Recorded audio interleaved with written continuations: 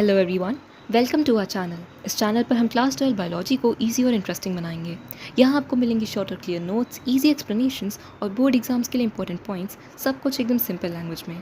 आज की वीडियो में हम स्टार्ट कर रहे हैं sexual reproduction in flowering plants, जिसमें हम पढ़ेंगे pre fertilization events, microsporogenesis and megasporogenesis. So let's start. इस चैप्टर में हम एक्सक्लूसिवली किसकी बात करेंगे? फ्लावरिंग प्लांट्स की बात करेंगे। अब फ्लावरिंग प्लांट्स क्या है, हम इनको क्या बोलते हैं? एक्सक्लूसिवली एंजियोस्पर्म्स बोलते हैं। और एंजियोस्पर्म में एक कैरेक्टरिस्टिक फीचर क्या है? Sexual reproduction, that they show sexual reproduction. ठीक है, एनसीईआरटी में इनको कैसे डिस्क्राइब करा गया है? They are embryological and morphological marvels, right. अब इनकी एक साइकिल है। क्या साइकिल है? They start as plantlets. Plantlets mature to form the plant. Plant में दो पार्ट्स होते हैं, the stamen and the pistil. The stamen is the male reproductive part, the pistil is the female reproductive part. Stamen and pistil जब interact करते हैं साथ में तो पॉलिनेशन होती है। पॉलिनेशन के बाद फर्टिलाइजेशन होती है। फर्टिलाइजेशन से क्या बनता है? जाइगोट बनता है, then embryo, then the fruit, the seeds. और सीड्स किसके जर्मिनेट करके क्या बना देते हैं? The plantlet. ठीक है, अब हम इस चैप्टर में बेसिक्स की बात करें। क्या बेसिक्स हैं इसमें? First we have the female reproductive part. अब फीमेल रिप्रोडक्टिव पार्ट को हम क्या बोलते हैं? The carpel. Carpel has 3 parts, the stigma, the style and the ovary. Ovary जो नीचे का बल्ज्ड पार्ट होता है, द बेसल पार्ट, जो सोलन पार्ट होता है, that is the ovary. Style है वो जो स्लेंडर ट्यूब टाइप का है, and stigma is where the pollens land, तो it is sticky in nature. ठीक है, ओवरी के अंदर क्या होते हैं? ओव्यूल्स होते हैं। ओव्यूल्स के अंदर एम्ब्रियो सैक्स होते हैं, और एम्ब्रियो सैक्स ही क्या बनाते हैं? एग्स बनाते हैं। फिर we have whorls of flower. ठीक है, वॉल्स ऑफ फ्लावर मतलब फ्लावर किस तरीके से अरेंज्ड है। तो हमारे पास 4 होते हैं टोटल वॉल्स। इसमें 2 नॉन एसेंशियल होते हैं एंड 2 एसेंशियल होते हैं। नॉन एसेंशियल हम किसको मानते हैं? The calyx and the Corolla. Now calyx is nothing, just a scientific term for sepals, and Corolla is petals. ठीक है, अब ये क्योंकि स्टेराइल है, बिकॉज ये रिप्रोडक्शन में इन्वॉल्व नहीं है, इसलिए हम इनको क्या मान रहे हैं? नॉन एसेंशियल मान रहे हैं। एंड एसेंशियल हम किनको मान रहे हैं? एंड्रोशियम एंड गाइनोशियम को। Androecium is the स्टेमन, the male reproductive part, and gynoecium is the pistol, that is the female reproductive part. और ये क्या है? ये नॉन स्टेराइल यूनिट्स हैं। ये कौन से यूनिट्स हैं? फर्टाइल यूनिट्स हैं, एंड इन्हीं की वजह से रिप्रोडक्शन हो रहा है। That is why they are essential. Essential for what? Essential for the continuation of their generation. अब हम नेक्स्ट पार्ट पे चलते हैं, that is the stamen, microsporangium and pollen grain. Stamen क्या है? स्टेमन रिप्रेजेंट्स द माइक्रोस्पोरोफिल, जिस पे क्या होते हैं? माइक्रोस्पोर्स होते हैं। फिर माइक्रोस्पोरेंजियम आया, and then the pollen grain. Pollen grain क्या मानते हैं? Pollen grain is considered the male gametophyte. ठीक है, अब स्टेमन में 2 पार्ट्स होते हैं, the anther and the filament. Anther क्या है? एंथर जो टर्मिनल पार्ट है स्टेमन का, उसको हम एंथर बोलते हैं। It is terminal and it is bilobed. Filament क्या है? It is slender, stock like जैसा है, मतलब ट्यूब टाइप का है, लॉन्ग स्ट्रक्चर है। फिर टिपिकल एंथर जो होता है बाइलोब्ड होता है, डाइथीकस होता है। 2 लोब्स होते हैं और हर लोब में 2 थीका होते हैं, तो it is bilobed and dithecous. और टेट्रास्पोरेंजिएट। टेट्रास्पोरेंजिएट मतलब 4 स्पोरेंजियम है इसके पास, 4 माइक्रोस्पोरेंजियम्स हैं। ठीक है, तो ये एक हमारे पास हो गया transverse section of young anther. इसमें हम देख सकते हैं ये एंथर्स हैं, ये 4 जो हैं, these are the microsporangium, these are the 4 microsporangiums. Theca को जो सेपरेट करता है वो कौन सा ग्रूव सेपरेट करता है? लॉन्गिट्यूडिनल ग्रूव सेपरेट करता है, नॉट ट्रांसवर्स ग्रूव। ठीक है, अब आगे बढ़ते हैं। We have the structure of microsporangium. Structure कैसा होता है माइक्रोस्पोरेंजियम का? अगर हम एक टिपिकल ट्रांसवर्स सेक्शन लेकर चलें, यंग एंथर की बात करें, तो एक माइक्रोस्पोरेंजियम कैसा दिखता है हमें? नियरली सर्कुलर दिखता है इन शेप। ठीक है, अब इसमें क्या होते हैं? What does the microsporangium consist of? It consist of meristematic cells which are known as the primary sporogenous cells. ठीक है, तो उसके आसपास क्या है? अपना एंथर वॉल है। सेल्स का क्या नाम है? प्राइमरी स्पोरोजीनियस सेल्स है। यही प्राइमरी स्पोरोजीनियस सेल्स आके जाके क्या बना देंगे? माइक्रोस्पोर मदर सेल्स बना देंगे। अब माइक्रोस्पोर मदर सेल्स हैं, they are still not the spores, so इनका प्लॉइडी कितना है? 2n ही है। ये हम डायग्राम देख सकते हैं अच्छे से। These are the tissues. First tissue जो है, बाहर वाला tissues the epidermis, then we have the endothecium, अंदर वाली टिश्यूज़ को हम मिडल लेयर कहते हैं, और फिर बाहर अंदर वाला जो सबसे लेयर है that is the tapetum layer. Tapetal layer is the one that provides nutrition. इसकी हम आगे अच्छे से बात करेंगे. In this tissue do not ignore this tissue, it is connective tissue.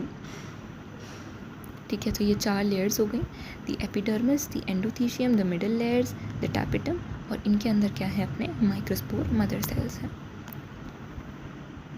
अब डिहाइज्ड आंसर क्या होता है? डिहाइसेंस हो जाना मतलब ये जो ये दिख रहा है ना हमें, गैप्स दिख रहे हैं, इनको ही हम डिहाइसेंस बोलते हैं. जब पोलन ग्रेन्स रिलीज़ होने शुरू हो जाते हैं, बाहर निकलने शुरू हो जाते हैं, उसको हम डिहाइसेंस कहते हैं. Structure of anther wall layers, इसमें हमारे पास 4 वॉल्स होती हैं. The outer most layer is called the epidermis, और इसका फंक्शन कैसा होता है? प्रोटेक्टिव होता है इन नेचर. सेकेंड लेयर कौन सी होती है? एंडोथीशियम. एंडोथीशियम का भी फंक्शन क्या होता है? प्रोटेक्शन करना ही होता है.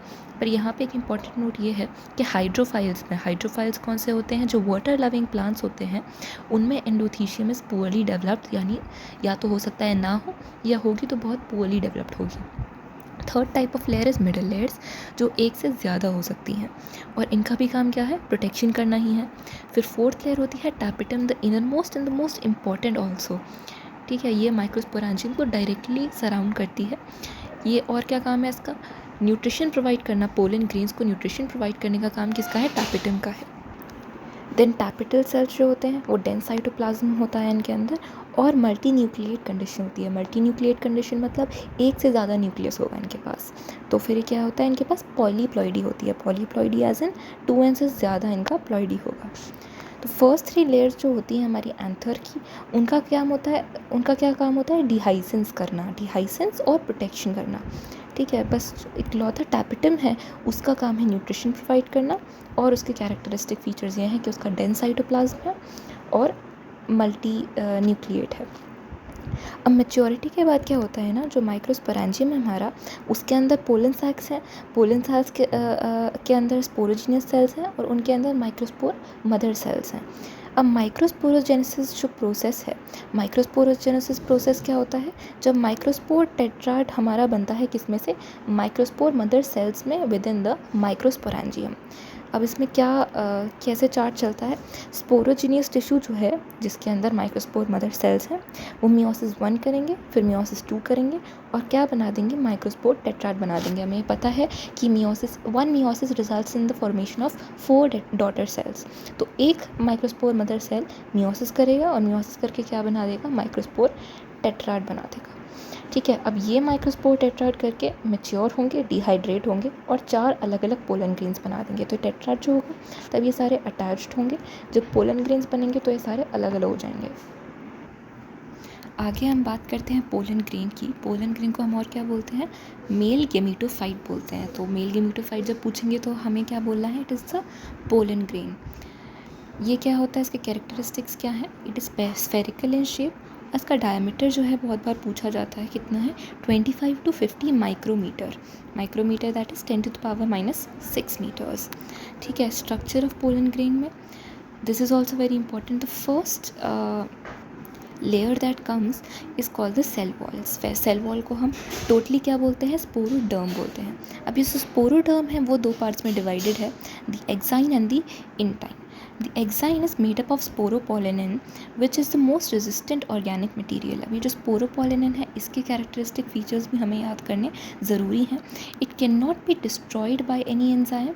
मतलब क्या है? ये हाई टेम्परेचर भी withstand कर सकता है, pH भी इसका हाई हो, लो हो, कैसा भी हो, alkaline conditions भी हो, ये सब कुछ withstand कर सकता है, क्योंकि इसके पास sporopollenin है, और sporopollenin cannot be degraded. अभी तक ऐसा कोई एंजाइम हमें मिला ही नहीं जो sporopollenin को डिग्रेड कर सके. इसकी वजह से क्या होता है? पोलन जो है वो क्या फॉर्म कर देते हैं? फॉसिल्स फॉर्म कर देते हैं. जो एक्साइन का लेयर होता है उसमें एक जर्मपोर भी होता है. जर्मपोर इज़ द स्पेस जहाँ पे स्पोरोपोलिनेन प्रेजेंट नहीं है, एब्सेंट है. ठीक है. तो इट इज़ अ अपर्चर मतलब होल टाइप का है. वो एक स्पेस है जिस स्पेस में स्पोरोपोलिनेन प्रेजेंट नहीं है, उसी को हम क्या बोल देते हैं? जर्मपोर बोल देते हैं. और इसी एक्साइन की वजह से क्या होता है? हर पोलन ग्रेन का अपना डिफरेंट कुछ वैरायटी होती है, डिफरेंट कुछ पैटर्न होते हैं. इसकी वजह से हम कहते हैं कि a variety of arrays are formed, जो इकोनॉमिकली सिग्निफिकेंट है. सेकेंड लेयर जो होती है अपने स्पोरोडर्म में ही, that is the intine. Intine क्या होती है? वो थिन वॉल्ड होती है, सेल्यूलोज और पेक्टिन की बनी होती है। सेकेंड, उसके बाद क्या आता है? सेल वॉल आता है। सेल वॉल के बाद आता है साइटोप्लाज्म। साइटोप्लाज्म जो है पोलन ग्रेन का, it is surrounded by the plasma membrane. तो ये हम देख सकते हैं पोलन ग्रेन का structure. This is the exine, this is the intine, this is the plasma membrane and this is the cytoplasm. और ये स्पॉट जो है जहाँ पे एग्जाइन एब्सेंट है, that is called the germ pore. फिर बात करते हैं पोलन एलर्जी की। अब हमारे पास अलग अलग टाइप की हमें एलर्जीज़ होती हैं। एक प्रोमिनेंट रीज़न जो है एलर्जीज़ का वो है पोलन। ठीक है, तो कुछ स्पीशीज़ ऑफ प्लांट्स ऐसे पोलन्स रिलीज़ करती हैं जो ब्रोंकियल एफ्लिक्शंस मतलब प्रॉब्लम्स क्रिएट कर सकते हैं, रेस्पिरेटरी डिसऑर्डर्स क्रिएट कर सकते हैं, जैसे कि एस्थमा। अब एग्जांपल्स क्या है उन प्लांट्स के जो ऐसे पोलन्स रिलीज़ करते हैं जिनकी वजह से हमें पोलन एलर्जी होती है? कीनोपोडियम, पार्थीनियम, अमेरांथिस एंड सोर्गम। तो ये याद करने के लिए हम कैसे याद कर सकते हैं? CAPS, so caps. Chenopodium, parthenium, amaranthus and sorghum are the examples here. ठीक है, फिर हम बात करते हैं पोलन न्यूट्रिशन की। फॉरेन कंट्रीज़ में क्या होता है? पोलन ग्रेन्स को हम न्यूट्रिएंट्स की तरह भी यूज़ करते हैं। यहाँ पे सप्लीमेंट्स होते हैं ना हमारे पास न्यूट्रिएंट्स के, उनका ही एक ग्रेट सोर्स क्या है? पोलन्स है। किसके लिए? रेस हॉर्सेस के लिए। एथलीट्स जो है अपने न्यूट्रिएंट्स बढ़ाने के लिए पोलन्स का यूज़ करते हैं, टैबलेट्स के फॉर्म में एंड सिरप्स के फॉर्म में। फिर आती है पोलन वायबिलिटी। वायबिलिटी किसको हम कहते हैं? कि कितने टाइम तक कोई चीज़ फंक्शनल है। ठीक है, कितने टाइम बाद वो डिग्रेड हो रही है, उस टाइम पीरियड को हम बोल रहे हैं वायबिलिटी। इस टाइम पीरियड में क्या है? पोलन वायबल है। So the period for which pollen grain retains the ability to germinate. ठीक है, फंक्शनल पोलन का क्या मतलब है? कि तब तक वो किसी स्टिग्मा को, किसी फ्लावर को क्या कर सकता है? जर्मिनेट कर सकता है। ठीक है, तो अलग अलग फ्लावर्स में, अलग अलग प्लांट्स में अलग अलग पोलन वायबिलिटी होती है। यानी कि एग्जांपल के तौर पे पोएसी एंड ग्रासेस में पोलन वायबिलिटी कितनी होती है? जनरली 30 मिनट्स होती है। वहीं लेग्यूमिनेसी, रोजेसी, सोलेनेसी जैसी फैमिलीज़ अगर हैं तो फिर उनकी पोलन वायबिलिटी सेवरल मंथ्स भी हो सकती है। तो अलग अलग पोलन वायबिलिटीज़ होती हैं। फिर पोलन स्टोरेज की बात, तो पोलन स्टोरेज में क्या होता है? लिक्विड नाइट्रोजन यानी -196 डिग्री सेल्सियस पे हम पोलन को स्टोर करके रखते हैं। इसको हम और क्या कहते हैं? Cryo preservation. So this is a cryo preservation technique, जहाँ पे हम लिक्विड नाइट्रोजन को -196 डिग्री सेल्सियस में रखते हैं और इसमें क्या स्टोर करके रखते हैं? अपने पोलन स्टोर करके रखते हैं। The next topic we have structure and development of male gametophyte, that is the pollen grain. Pollen grains जब टेट्रा टूट जाता है उसके बाद कैसे पोलन ग्रेन्स ग्रो करते हैं? फर्स्ट क्या होता है? वैक्यूलाइजेशन होता है, मतलब वैक्यूल्स क्रिएट होते हैं। और फिर क्या बनता है? जनरेटिव सेल बनता है। जनरेटिव सेल मतलब एक तो सेल कौन सा हो गया अपना? वेजिटेटिव सेल, ये ऊपर वाला। एंड फिर क्या हो गया अपना दूसरा cell? That is the generative cell, right. ये वाला सेल कौन सा हो गया अपना? Generative cell. एंड ऊपर वाला cell is the vegetative cell. ठीक है, वेजिटेटिव सेल के डिस्टिंक्ट फीचर्स होते हैं as compare to the generative cell. अभी हम बस ग्रोथ देख रहे हैं, तो आगे जाके ये जो जनरेटिव सेल ये भी किस में डिवाइड करता है? माइटोसिस करके 2 मेल गीमीट्स बनाता है। इसके बारे में हम आगे बात करेंगे। पोलन ग्रेन जो होते हैं वो डिवाइड करते हैं माइटोटिकली, मतलब माइटोसिस करते हैं, 2 सेल्स बनाते हैं। First cell is called the vegetative cell, जो बिगर होता है साइज़ में। इसमें बहुत सारा फूड रिजर्व होता है फॉर द जनरेटिव सेल, और इसका जो न्यूक्लियस होता है वो लार्ज होता है एंड इरेगुलर शेप्ड होता है, उसका कोई स्पेसिफिक शेप नहीं होता। और जो सेकेंड सेल होता है that is the generative cell. Generative cell is smaller as compare to the vegetative cell, और वेजिटेटिव सेल की साइटोप्लाज्म में जो सेकेंड सेल है, जनरेटिव सेल है, वो फ्लोट करता है, और इसका जो न्यूक्लियस है वो भी छोटा होता है एंड इसका एक स्पेसिफिक शेप होता है that is spindle shape. Spindle shape मतलब ये जैसा हमने दिखा रखा है ना, कुछ ऐसा टाइप का। अब पॉलिनेशन जो है पोलन ग्रेन का वो कौन सी स्टेज पे होता है? 2 सेल स्टेज पे होता है इन 60% ऑफ एंजियोस्पर्म्स। मतलब जब पोलन ट्रांसफ़र हो रहे होते हैं, जब पॉलिनेशन हो रहा होता है, तो 60% ऑफ एंजियोस्पर्म्स में 2 सेल स्टेज पे हो रखा होता है। 2 सेल स्टेज कौन सी होती है? वो एक जनरेटिव सेल एंड एक वेजिटेटिव सेल। बट 40% एंजियोस्पर्म्स में जनरेटिव सेल माइटोटिकली डिवाइड कर 2 मेल गैमीट्स बना देता है, और इस स्टेज को फिर हम 2 सेल स्टेज ना कहकर क्या कहते हैं, 3 सेल स्टेज, मतलब एक vegetative cell and the 2 male gametes. ठीक है, और ये कितने में होता है, 40% एंजियोस्पर्म्स में इस स्टेज पे ही पॉलिनेशन हो जाता है। आगे जाके हम बात करेंगे फिर pistil, megasporangium and embryo sac की। Megasporangium is also known as the ovule. First हम बात करेंगे पिस्टिल की, दैट इज़ द गाइनोशियम। इसमें स्टिग्मा स्टाइल ओवरी होते हैं, this is the stigma, this is the style and this is the ovary, जिसके अंदर ही क्या होते हैं, अपने ओव्यूल्स होते हैं। ये जो ब्रांच लाइक स्ट्रक्चर है जिसमें से ओव्यूल्स निकल रहे हैं, दैट इज़ द प्लासेंटा। ठीक है, और प्लासेंटा जो है, it is the structure from which ovules are attached. ये जितने भी ओव्यूल्स हैं ये किससे अटैच्ड हैं, एक प्लासेंटा से अटैच्ड है, and this is all with in the ovary. ठीक है, अब कुछ फ्लावर्स में क्या होता है, एक ओव्यूल होता है, जैसे कि वीट, राइस, मैंगो, और कुछ में मोर देन 1 ओव्यूल होते हैं, यानी पपाया, वाटरमेलन, ऑर्चिड्स। अब ये कैसे याद रख सकते हैं, बीट में कितना सीड रहेगा, एक रहेगा, राइस में एक रहेगा, मैंगो में गुठली कितनी होती है, एक होती है। ठीक है, वैसे ही पपाया में कितने सीड्स होते हैं, बहुत सारे होते हैं। वाटरमेलन में कितने होते हैं, बहुत सारे होते हैं। ऑर्चिड्स में कितने होते हैं, बहुत सारे होते हैं। तो इससे भी हम कैसे याद कर सकते हैं। ठीक है, मोनोकार्पिलरी मतलब एक कार्पिल है, मल्टी कार्पिलरी मतलब एक से ज़्यादा कार्पिल्स है। कार्पिल यानी पिस्टिल, तो एक पिस्टिल है तो मतलब मोनोकार्पिलरी है, बहुत ज़्यादा पिस्टल्स हैं, एक से ज़्यादा पिस्टल्स हैं तो मल्टी कार्पिलरी है। अब पिस्टल्स या तो एक साथ फ्यूज्ड होंगे या फिर अलग अलग होंगे। तो फ्यूज्ड के लिए हम कौन सा टर्म यूज़ करते हैं, सिनकार्पस, एंड फ्री के लिए कौन सा यूज़ करते हैं, एपोकार्पस। तो we can have syncarpous multi carpellary ovaries और एपोकार्पस ओवरीज। ठीक है, तो इसमें भी क्या होते हैं एग्जाम्पल, सिनकार्पस के एग्जाम्पल्स क्या क्या हैं, Papaver and mustard, and apocarpous के क्या क्या एग्जाम्पल्स हैं, रोज़, लोटस, जिसका मिशेलिया भी एक एग्जाम्पल है।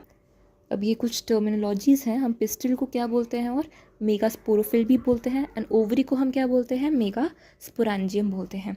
Then we talk about the ovule. This is the transverse section of an anatropous ovary. Anatropous is the kind of ovary that we are talking about in this NCERT. मतलब हमारे पास अलग अलग type के ovules हो सकते हैं, पर NCERT में हमें कौन सा वाला टाइप का दिया हुआ है, एनाट्रोपस टाइप का ओव्यूल दिया हुआ है।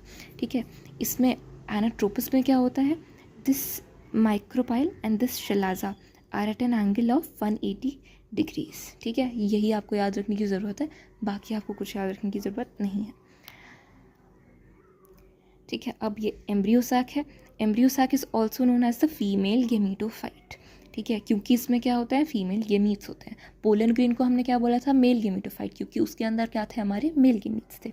वैसे ही हमारे एम्ब्रियो सैक के अंदर फीमेल गेमीट्स होते हैं, तो हम इसको भी क्या बोलेंगे, फीमेल गेमीटोफाइट बोलेंगे। अब हम बात करते हैं parts of an ovule. First part is the funicle. Funicle में क्या है, funicle is this structure, it is the structure, it is the stalk like structure जिससे ओव्यूल अटैच्ड है टू द प्लासेंटा।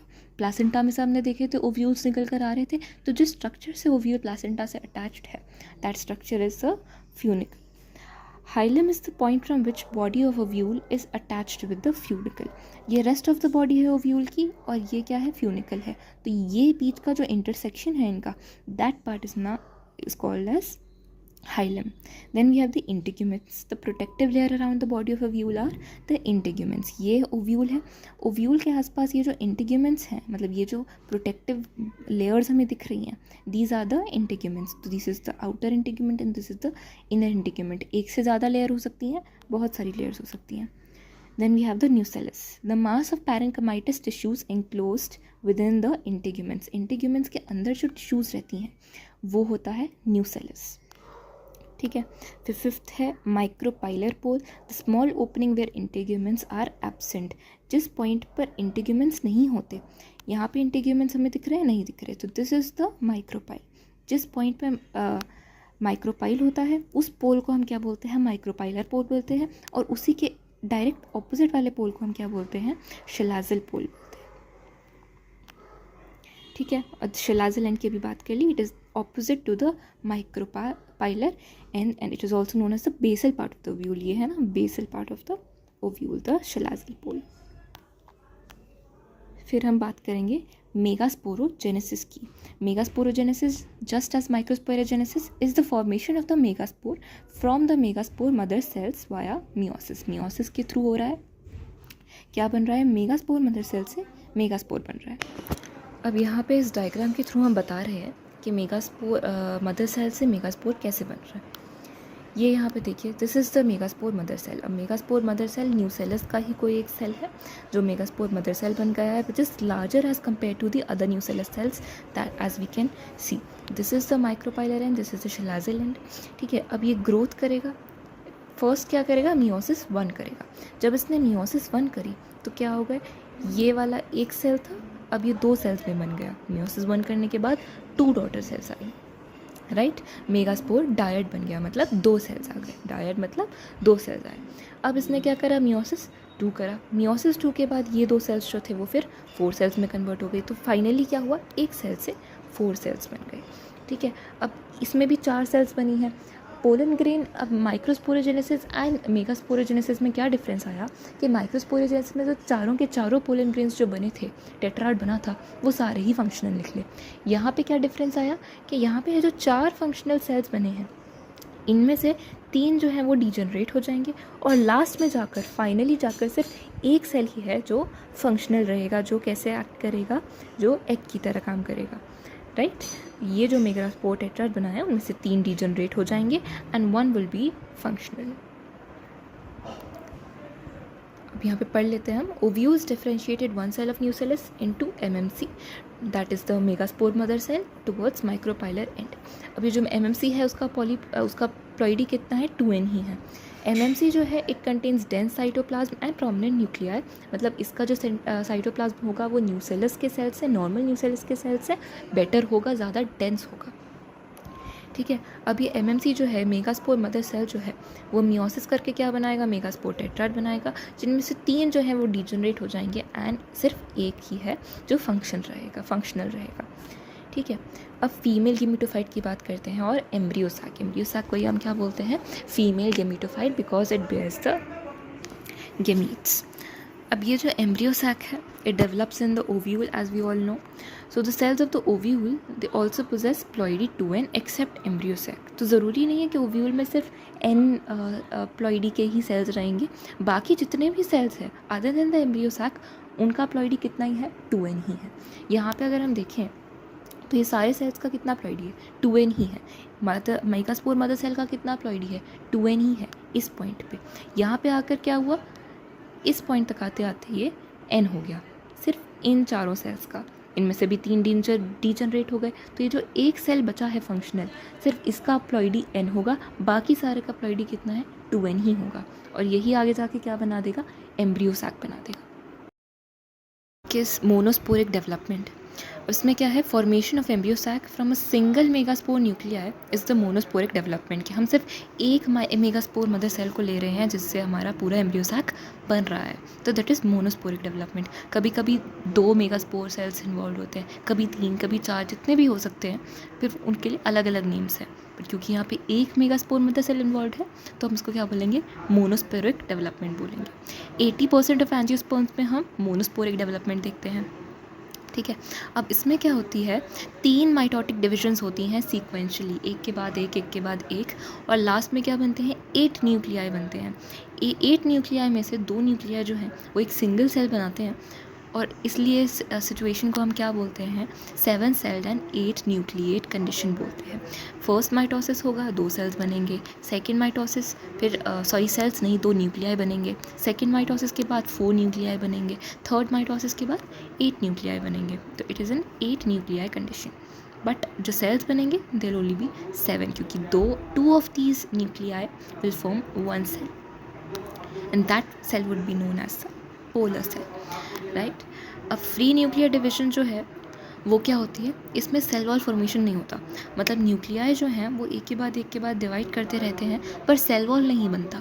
ठीक है, that is called free nuclear division. तो जो nuclei है वो कलेक्ट होते रहते हैं but the cells are not form yet. ये एक टिपिकल एम्ब्रियोसैक का डायग्राम हम देख सकते हैं। This is the chalazal and, यहाँ पे सी रिप्रेजेंट क्या कर रहा है, शलाज़ल एंड को रिप्रेजेंट कर रहा है, एंड एम क्या रिप्रेजेंट कर रहा है, M is the micropylar end. Chalazal end पे हमारे पास क्या होते हैं, 3 एंटीपोडल सेल्स होते हैं। तो दीज आर द 3 न्यूक्लियाई और 3 cells. So this is N N N, इनकी antipodal cells on the chalazal end. फिर ये जो पोलर न्यूक्लियाई है, इनमें 2 न्यूक्लियाई है पर ये सेल एक ही है, तो इसको हम क्या बोलेंगे, सेंट्रल सेल बोलेंगे।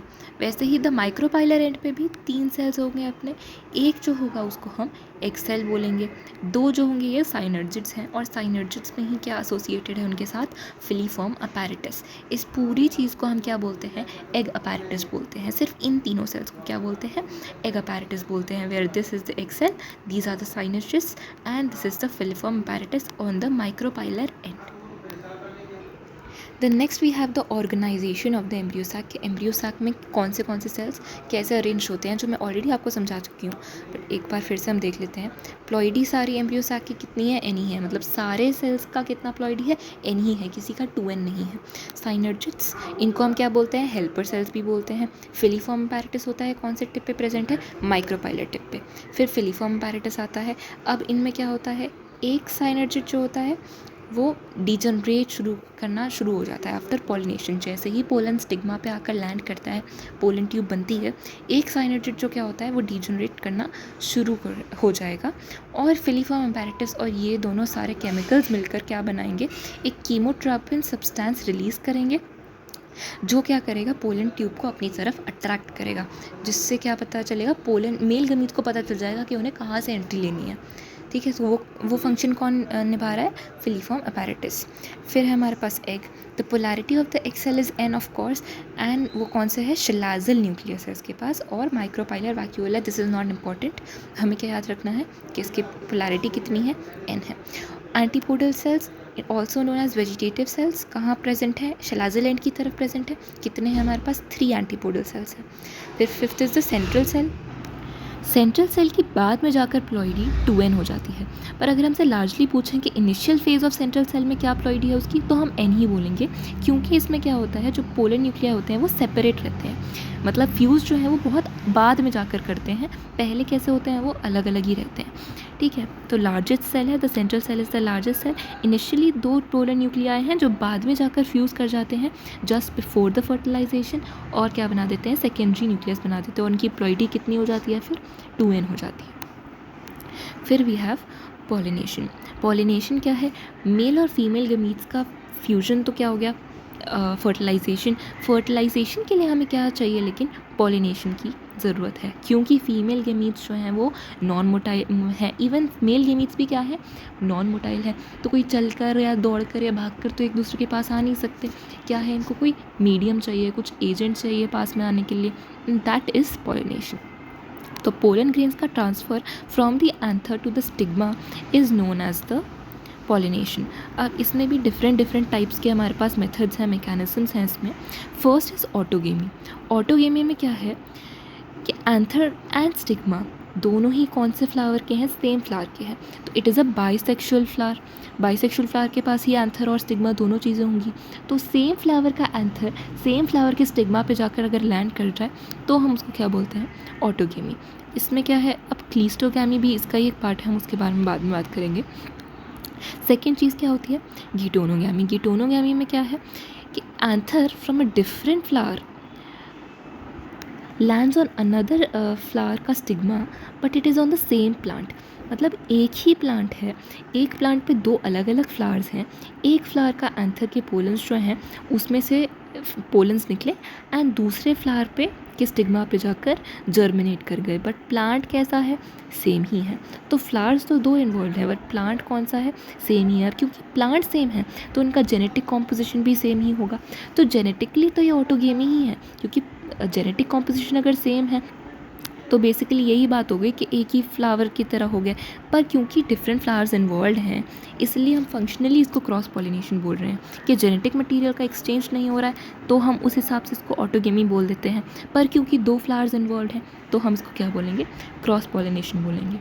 ठीक है, थर्ड टाइप है जीनोगैमी। जीनोगैमी क्या है, इसमें दो डिफरेंट प्लांट्स इन्वॉल्व हैं। तो एक प्लांट का कोई फ्लावर एंथर जो है उस पोलन रिलीज़ कर रहा है और फिर वो किसी दूसरे प्लांट के दूसरे फ्लावर पे जाकर क्या कर रहा है, जर्मिनेट कर रहा है। पर स्पीशीज़ जो है वो सेम ही है, तो वो तो कोई बात नहीं, ऑफ कोर्स सेम स्पीशीज़ पे ही जर्मिनेशन होगा। एंड इसमें क्या होती है, वेरिएशन होती है, which is also very important. Autogamy के लिए लेकिन रिक्वायर्ड हमारे पास क्या है, बाइसेक्सुअल फ्लावर तो होना ही चाहिए। Then we have cleistogamy. Cleistogamy में क्या होता है, फ्लावर्स जो होते हैं क्लोज्ड होते हैं। क्लोज फ्लावर्स हैं तो वेरिएशन नहीं होगी, पॉलिनेशन का एजेंट नहीं चाहिए और सीड फॉर्मेशन तो होगा ही होगा। क्यों? क्योंकि यहाँ पे क्या है, अब फ्लावर्स जब क्लोज्ड हैं तो हम किसी और पर रिलाई नहीं कर रहे हैं, हम विंड पर रिलाई नहीं कर रहे हैं, हम इंसेक्ट्स पर रिलाई नहीं कर रहे हैं, हम किसी थर्ड एजेंट पर रिलाई नहीं कर रहे हैं कि वो हमारा पॉलिनेशन करवाए। अंदर ही अंदर जब भी फ्लावर्स मैच्योर होंगे खुद पॉलिनेशन हो जाएगी, क्योंकि फ्लावर्स तो क्लोज्ड हैं। तो वेरिएशन लेकिन यहाँ पे नहीं आएगी, तो यहाँ पे ऑटोगेमी ही होगा।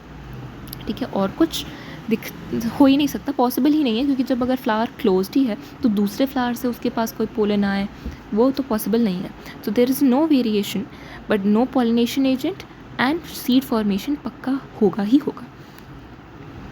ठीक है, फिर होता है चास्मोगेमी। तो ये हो गया क्लीस्टोगैमी, जहाँ पे फ्लावर्स कैसे हैं, बाउंडेड हैं, मतलब खुले नहीं हैं, so they are closed. And these are chasmogamous flowers जो खुले हुए हैं, दे आर ओपन फ्लावर्स। ठीक है, अब यहाँ पे क्लीस्टोगैमस फ्लावर्स और कैस्मोगैमस फ्लावर्स हमें दोनों मिले। ऐसे प्लांट्स कौन से होते हैं, कॉमलिना, ऑक्सैलिस, वायला। अब इसके लिए हमारे पास एग्जाम्पल याद करने के लिए COV, C for commelina, O for oxalis and V for viola. ठीक है, अब जीनोगैमी क्या होता है, वो वेरिएशन क्रिएट करता है, हम इसकी ऑलरेडी बात कर चुके हैं। इट कम्स विद वेरिएशन, दो डिफरेंट फ्लावर्स, दो different plants of the same species are involve. आज के लिए बस इतना ही। नेक्स्ट लेक्चर के लिए बेल दबाओ, तब तक एक सब्सक्राइब तो बनता है। See you in the next one.